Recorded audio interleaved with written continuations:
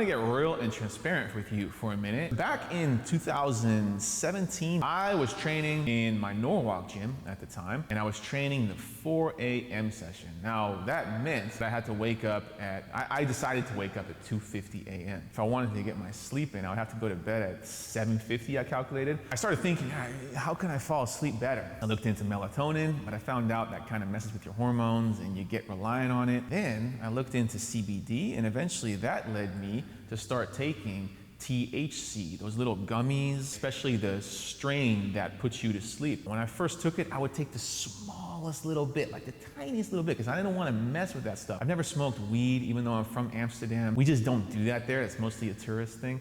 We just drink a bunch of beer. I started taking little bits of those gummies, right? And the first time I took it, damn, I fell asleep. Fast forward, long story short, I started discovering that I still wasn't being very rested. When I would go train at 4 a.m., I would then come home 8 a.m., 9 a.m. after the morning sessions, and I would still feel like I had to sleep it off. And sometimes I would still go back to bed because I was just so tired. Fast forward again, long story short, it turns out that the THC that is designed to put you to sleep, it actually blocks your body from reaching a very deep sleep. And that is what I was encountering. But that's not really the message that I want to put in today's video. In today's video, I want to put the message that something as trivial as a tiny bit of THC, a little piece of gummy, eventually, over the years, I kept taking it, and then I started taking a little bit more. And then at a certain point, I would start doing it on a Saturday. I would take like 5 milligrams, sometimes even 10 milligrams, and then that would stimulate my appetite. I would make some spaghetti, and then I would basically enjoy my Saturday night that way and watch a movie by myself, which I know,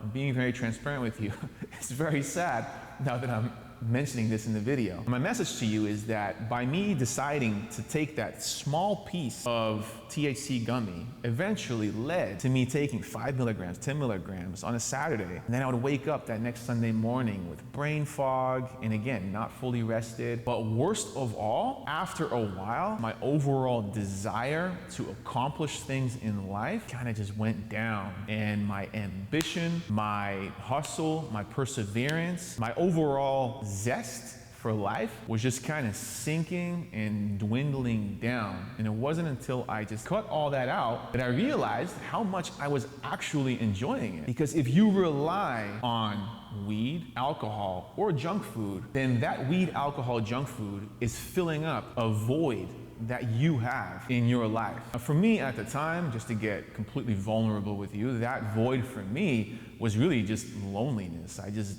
didn't really do anything. I just didn't go out on the weekend. There was really nobody to blame but myself. Of course, I can point to the fact that all my family is in the Netherlands and that I don't really hang out with clients outside of the gym, and all my friends are gym owners that don't live near me. I decided to choose the easy way out and literally not even take the effort in meeting anyone and just staying home, watching movies, taking 5 milligrams of this stupid THC that was not benefiting my life at all. In fact, it was reducing the acceleration that I was having in my life, where I was just waking up and thinking, damn, I don't even want to get out of bed. So when I stopped doing that and I cut that out of my life, I noticed that there was this big crater in my life. I had to replace that crater. I had to fill up that crater with something that was somewhat of a nectar. For me, I love motorcycles. So I decided to take up motorcycle riding again. I like to do track days. I love cars. I love European soccer. But for you watching this video, if you right now are going through a period where you're taking weed, you're drinking too much alcohol, or maybe more alcohol than you think you should, or you're just stuck eating junk food, you know that your life will be better if you cut that out. But if you cut that out, you will be left with a void in your life, and it is absolutely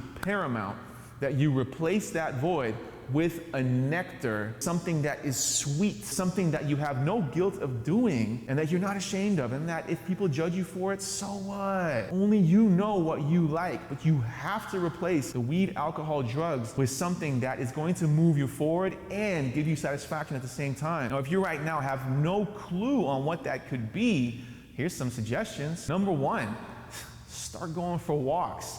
get yourself some really fancy earphones, get yourself an audiobook, Napoleon Hill, Think and Grow Rich, put that on and then go for walks. Trust me, if you follow the instructions in that book and you just stick with it for just 6 weeks, you only listen to that book, your life will never be the same, and I will be seeing you at the Aston Martin dealership, and we will both be getting a Vantage with a 7-speed stick shift manual. Or if walking is not your thing, start an exercise program, hire a personal trainer, go work out, go surfing, get a motorcycle, do something that pushes you slightly outside your comfort zone, because your life is a circle. What you have inside your circle is what you control. And real life, adrenaline and fulfillment comes from aiming to get outside of your circle, not too far, but grabbing what is slightly outside your circle, where you don't really have control just yet. You don't have the skills yet to really grab it. But if you go for that, you leave your comfort zone, you run the risk of ridiculing yourself in front of the whole entire world. That's what winners do.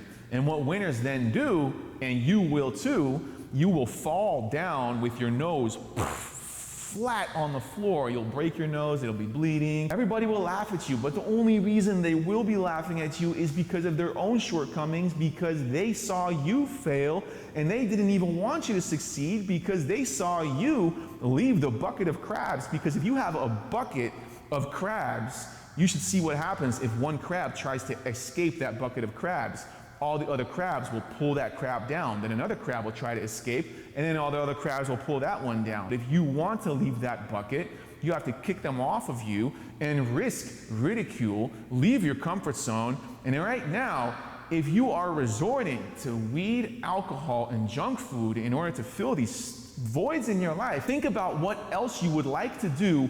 Take that up. If anything, go take the MSF motorcycle course, which is in the parking lot of Cerritos College. Or if you have no clue of what to do, simply message me, reach out to me, and I'll give you some ideas.